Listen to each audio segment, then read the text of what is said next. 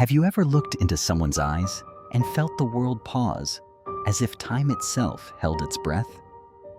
A stranger, yet not a stranger.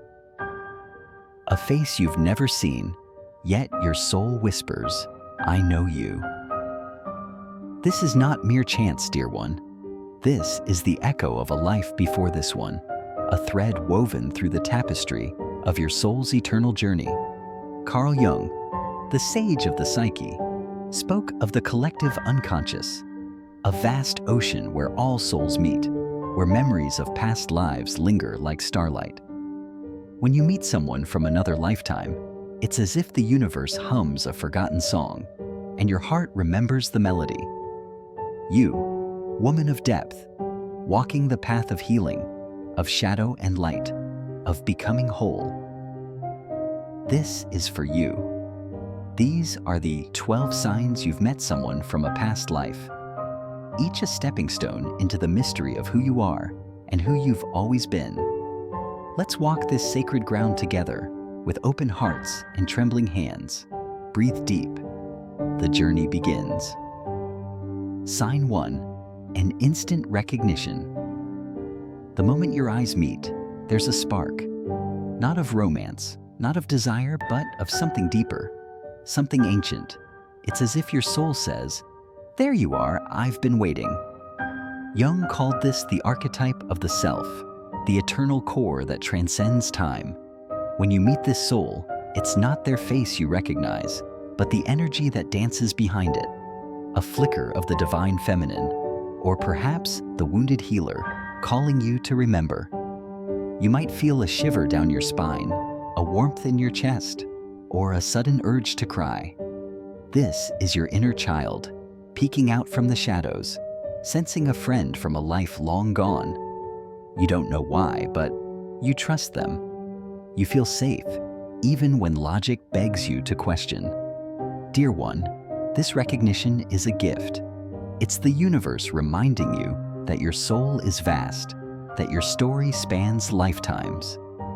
Hold this moment gently, like a fragile petal. It's the first step into the unknown. And so, we drift deeper, like leaves carried on a quiet stream, into the pull that defies all reason. Sign 2, a pull beyond logic. There's a magnetism, a force that draws you to them, like the moon tugging at the tide. You can't explain it. You don't want to. It's as if your soul has made a vow, and your body is simply following.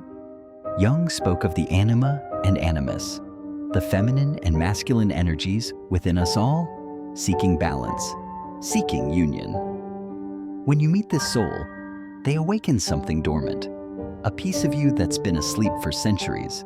Perhaps they embody the strength you've buried, or the softness you've feared. They are a mirror, and you cannot look away. You find yourself thinking of them, not with obsession, but with curiosity.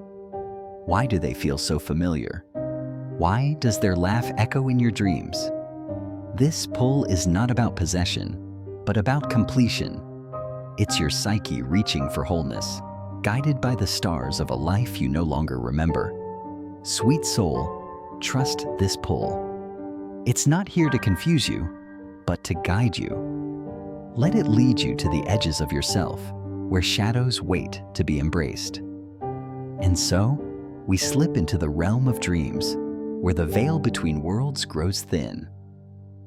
Sign 3, dreams that speak their name. In the quiet of night, they come to you, not in the flesh, but in the soft, fleeting images of your dreams. A field bathed in golden light, their hand brushing yours. A city you've never seen, yet you walk it together, as if you've always known the way. Jung believed dreams were the voice of the unconscious, a bridge to the eternal. When someone from a past life enters your world, your dreams become a canvas, painted with symbols and memories that your waking mind cannot grasp. Their face may shift, but their essence remains. A quiet knowing, a warmth that lingers when you wake. You might dream of them before you meet, or after, as if your soul is piecing together a puzzle. These dreams are not random, dear one. They are messages, whispers from the collective unconscious, reminding you of a promise made long ago. Pay attention to these visions. Write them down. Let them speak. They are the language of your soul, calling you to remember who you are. And so, we step into the shadows, where mirrors reflect the parts of us we've hidden. Sign 4. A mirror to your shadow. They see you. Not the mask you wear, not the smile you've perfected, but the raw, untamed truth of you. And in their gaze, you see your shadow, the parts of you you've buried, the fears, the shame, the unspoken wounds. Jung taught us that the shadow is not to be feared, but to be integrated. When you meet this soul, they hold up a mirror, and it's both terrifying and beautiful. Perhaps they trigger your anger, or stir a grief you thought was gone. Perhaps they challenge your beliefs, or awaken a desire you've long suppressed. This is not a punishment, but a sacred invitation. They are here to help you face yourself, to dance with the parts of you that long to be seen. In their presence, you feel the weight of your inner child, crying out for love, and you feel the strength of your divine feminine, rising to meet it. Dear one, do not run from this mirror. Stand before it. Let it show you who you are and who you are becoming. And so, we dive deeper into the waves of emotion that crash without warning. Sign 5. Unexplained emotional waves. One moment, you're calm. The next, a tide of feeling engulfs you.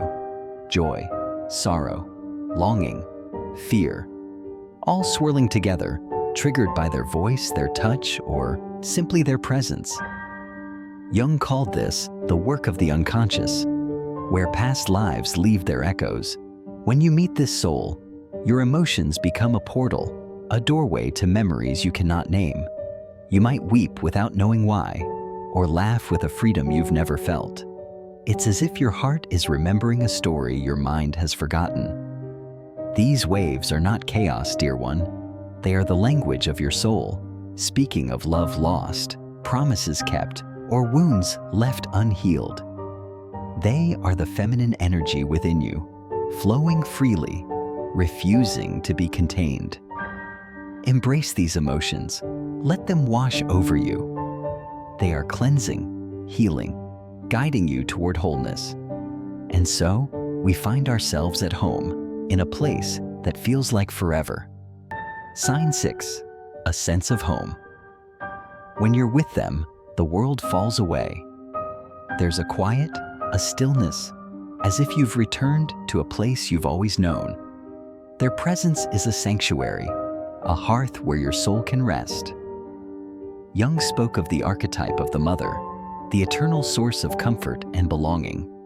This soul, whether lover, friend, or fleeting stranger, carries that energy for you. They feel like home, not because of what they do, but because of who they are. A piece of your soul's story, a fragment of your eternal self. You might find yourself sharing secrets you've never told another, or sitting in silence, content in the unspoken. This is the divine feminine at work, nurturing, holding space for your truth. Dear one, cherish this home. It's a reminder that you are never truly alone, that your soul is tethered to others across time, across lifetimes. And so, we marvel at the signs, the synchronicities that whisper of fate. Sign 7. Synchronicities that defy chance. The universe begins to conspire.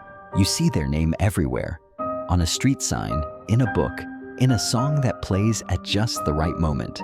Numbers repeat, dates align, and coincidences pile up, like stones marking a sacred path.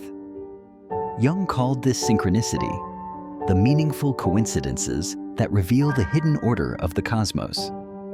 When you meet this soul, the world becomes a tapestry, woven with signs that point to them. It's as if the collective unconscious is speaking directly to you, saying, "Pay attention. This matters." These synchronicities are not accidents, dear one. They are the universe's way of reminding you that your soul is on a journey. And this person is a guide, a marker, a star in your constellation. Notice them, honor them, let them fill you with wonder, for they are proof that your story is written in the stars. And so, we uncover the wounds, the shared pain that binds us. Sign 8, a shared wound. There's a pain you both carry, a scar that runs deeper than this lifetime. Perhaps it's a fear of abandonment, a longing for acceptance, or a grief that has no name. When you're together, this wound hums, like a string plucked on an ancient harp. Jung's archetype of the wounded healer teaches us that our pain is our power. This soul, this past life companion, shares your wound, not to hurt you, but to heal with you. Their struggles mirror yours, their fears echo your own. And in this shared vulnerability, you find strength. You might notice how their words touch the raw places in your heart, or how their tears feel like your own. This is the work of the shadow, calling you to integrate, to love the parts of you that feel broken. Dear one, this wound is sacred.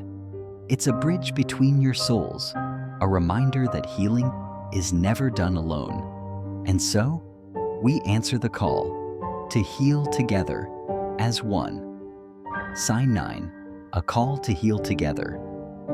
This connection is not just about feeling, but about doing. There's a quiet urgency, a sense that you're meant to help each other grow. Perhaps you teach them courage, or they show you how to forgive.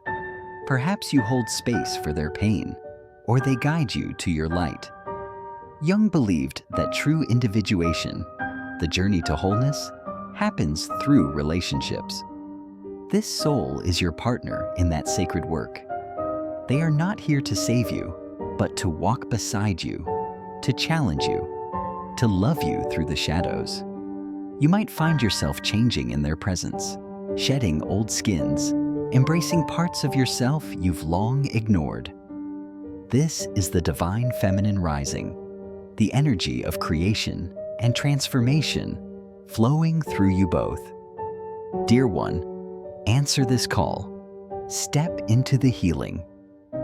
It's what your soul came here to do. And so, we dance in the eternal interplay of archetypes. Sign 10, a dance of archetypes. There's a rhythm to your connection, a push and pull, like the tides answering the moon. One moment, they are the hero, bold and unwavering. The next, they are the trickster, challenging your truths. And you shift too, from the wise woman to the innocent, from the warrior to the lover. Jung taught us that archetypes are the language of the soul, and in this connection, you speak fluently. You and this soul are playing out a cosmic dance, each of you embodying energies that balance and complete the other. It's as if your souls agreed long ago to meet in this way, to mirror, to challenge, to grow. You might feel this dance in moments of conflict or in moments of harmony. It's not always easy, but it's always true. This is the work of individuation, the path to becoming whole. Dear one, embrace this dance. Let it teach you. Let it set you free. And so, we step outside of time into a moment that feels like forever. Sign 11, a feeling of timelessness. When you're with them, time dissolves. Hours feel like minutes, or minutes stretch into eternity. There's a sense that you've always known them, and always will. Jung spoke of the eternal now, the place where all moments exist at once. This soul brings you there, to the edge of the infinite, where past and future collapse into a single radiant present.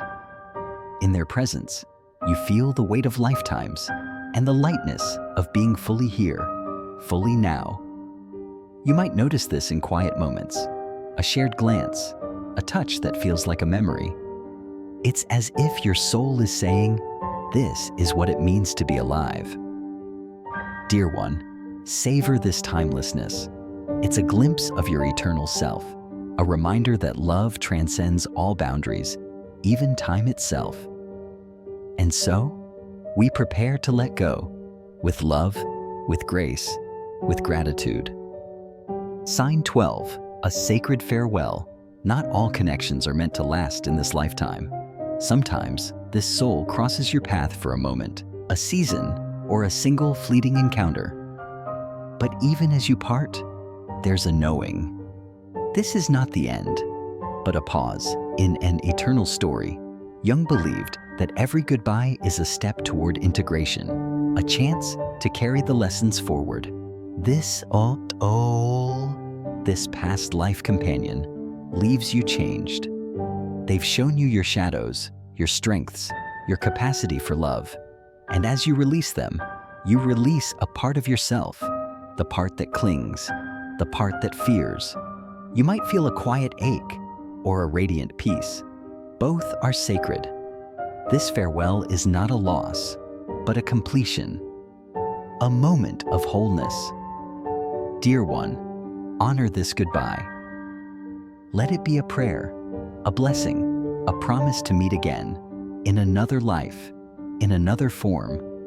And so, we come to rest in the eternal embrace of the soul. Oh, sweet soul, you who have walked this path with me through recognition and shadow, through dreams and farewells, know this: you are never alone. Every soul you meet, every connection that stirs your heart, is a piece of your eternal story, a reflection of the divine within you. Carl Jung taught us that the journey to wholeness is the journey of a lifetime, and of many lifetimes. These past life connections are not accidents, but sacred mirrors, showing you who you are, who you've been, and who you are becoming. They are the wounded healer, the divine feminine, the inner child, all calling you home to yourself. As you move forward, carry these signs in your heart. Let them remind you of your strength, your softness, your infinite capacity for love. You are a tapestry of lifetimes, woven with threads of courage and grace, and every step you take, every tear you shed, is a step toward wholeness. So cry, dear one. Let the tears fall, not in sorrow, but in awe of your own vastness. You are a soul eternal, and you are never, ever lost. Thank you for walking this journey with me. If this touched your heart, like, share, and subscribe to Psych Soul. Let's keep exploring the mysteries of the soul, together, always.